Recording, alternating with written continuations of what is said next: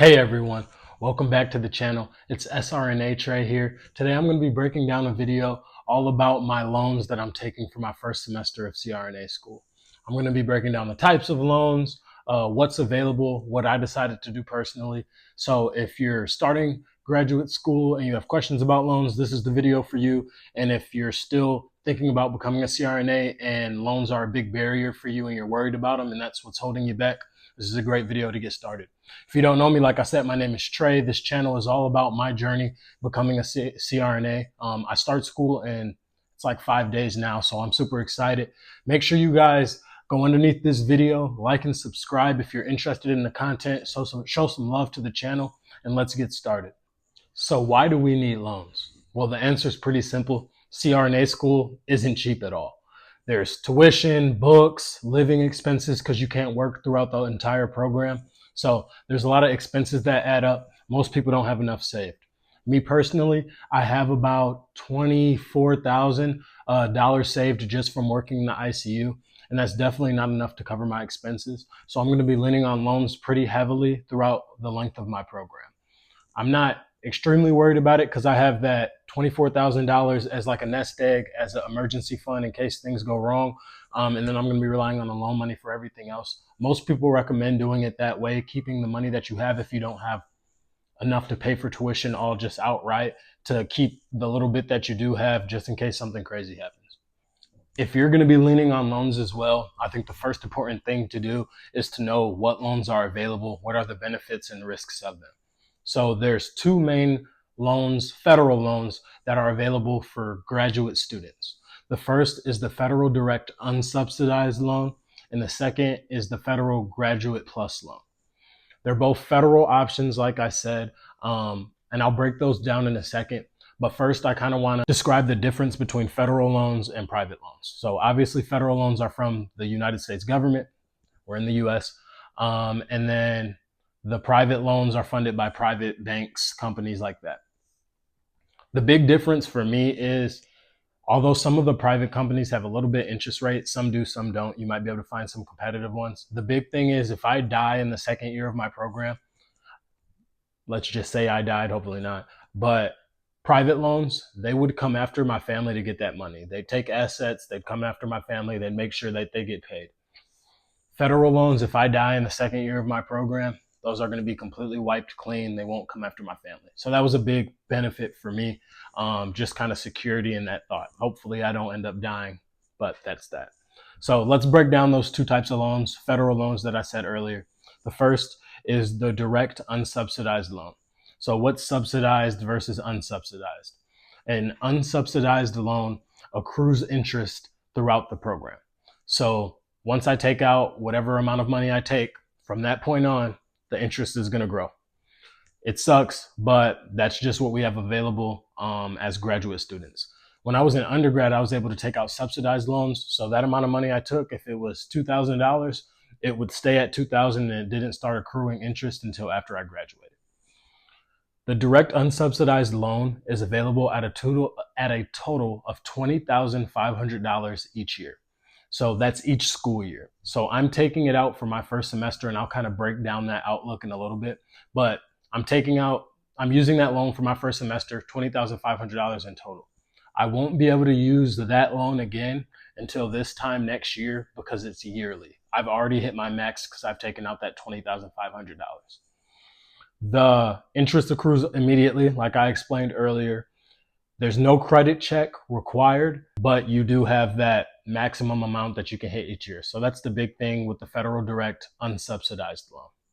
The other loan available is the Graduate Plus loan. You're probably going to have to use that to cover your living expenses and the rest of tuition because it'll most likely be above $20,500. So that is a loan that you have to apply for. Usually the schools will send out something in a portal for you to apply for the Graduate Plus loan.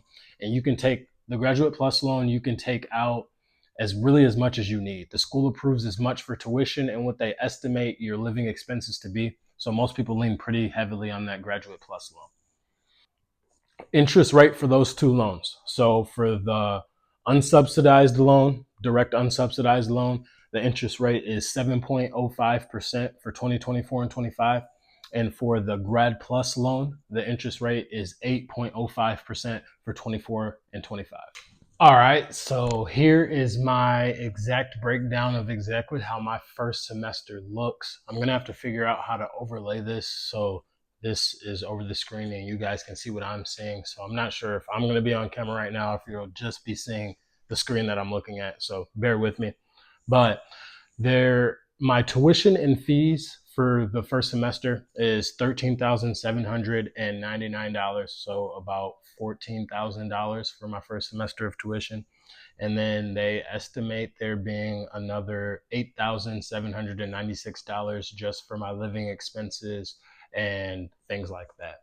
Luckily for me, my program, most of my books are available online. So I'm not going to have to spend like hundreds and hundreds of dollars in books, which is good. But mainly that other number will be living expenses. So for my first semester, I'm planning on taking out enough aid to fully cover both the tuition and fees and the estimated living expenses just in case, and just so I kind of can gauge how much I need. I have a budget and everything, but I just want to have a little bit of extra cushion for that first semester just so I can kind of get a feel for it. Hopefully in the next semesters, I won't need to take out the total amount they estimate for living expenses and stuff by kind of managing my budget and using my money a little bit better. But so that total cost of attendance with the tuition and fees and the estimated living expenses comes out to a total of $22,913. The two loans I'm going to be using, like we talked about earlier, are the Federal Direct Unsubsidized Stafford loan and the Federal Direct Graduate Plus loan. The Federal Direct Unsubsidized loan is awarding me $20,500. I'm taking all of that. And then the Graduate Plus loan, they've awarded me $2,400. Like I said, that Graduate Plus loan can cover as much as you need. Your school will approve that amount. So if I had another $40,000 that was due this semester, that Graduate Plus loan amount would increase. So it's not like a set rate of, like mine's $2,413. That's not a set rate. That's just how much the school recommends for me to cover my difference for tuition and fees and living expenses. So your number would be different depending on how much your program costs. And you also don't have to accept the full amount that they give you. I could have just taken out the $14,000 for tuition and fees and left it at that. But like I said, I wanted to take out that total amount that they estimate just in case for my first semester only. I don't think I talked about earlier in the video my total cost of attendance for my program. It's about $130,000. So that just gives you guys a little bit of benchmark. And then I also want to get into how am I going to pay that back when I'm done. So I have the $130,000 tuition. I'm estimating I'll probably have to take out another 40-ish grand over the course of 3 years to cover my living expenses. So that puts me at, let's say, $160,000 to $170,000 in debt. Probably more like $170,000, $180,000 in debt. So when I get out of school, I'm not buying a new house. I'm not buying a new car. I'm not splurging on that new money I get. I'm going to get right back into paying it. I'm going to try to have all my debt paid off in about 2 years. There is the option to wait for PSLF, the Public Loan Safety Forgiveness Program or something like that, Public Service Loan Forgiveness Program. That is an option if you work at a private owned facility or a non-for-profit owned facility, and you can get your debt paid for after 10 years. But I want it just gone as quick as possible, so I'm going to get a job that gives me a good bonus, that offers a good bonus. I'm going to pay as much as I can, and then for the next 2 years I'm going to just chip away at that amount so that I can be done. So that's a big number, $160,000 total, $170,000 total to pay over the course of my program.